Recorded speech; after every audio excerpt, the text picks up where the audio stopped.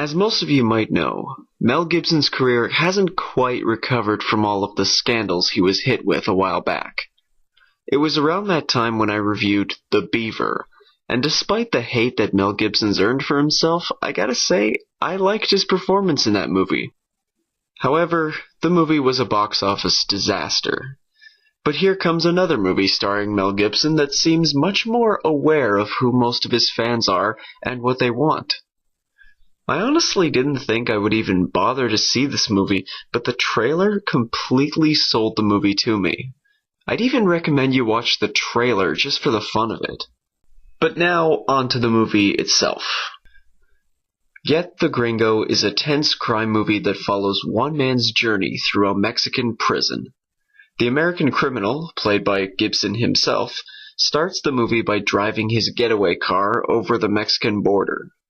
While that does seem an odd decision to make, considering Mexico's shady reputation when it comes to criminal activity, it turns out that he's fleeing Hank Schrader from Breaking Bad, so it's not as dumb a decision as you would think. Gibson's character gets thrown into one of those corrupt prisons where it almost seems like a miniature slum. Whole families are able to live together with their incarcerated family members for a price. The prison is run by a gangster named Javi who suffers from a bad liver and needs a replacement. Unfortunately, there's only one person in the prison who shares his blood type. That someone is a young Mexican boy who's living in the prison with his mother. His father was an unwilling donor to Javi in the past, but Javi needs a new liver soon, and the kid's days are numbered. You can pretty much guess where this is going. The American criminal will befriend the boy and his mother, and so the three of them will be faced by various criminal factions trying to get to either the boy or the criminal who stole upwards of $4 million. The action of this movie almost plays out like one of Tony Scott's better movies.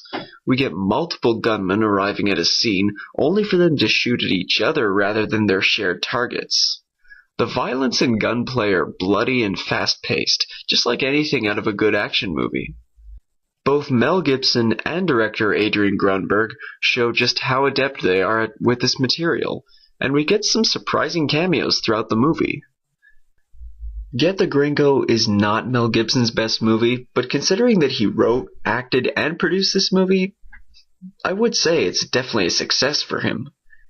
Certainly I would recommend seeing this movie if you can separate filmmakers from their art, or if you just want to see a good action movie.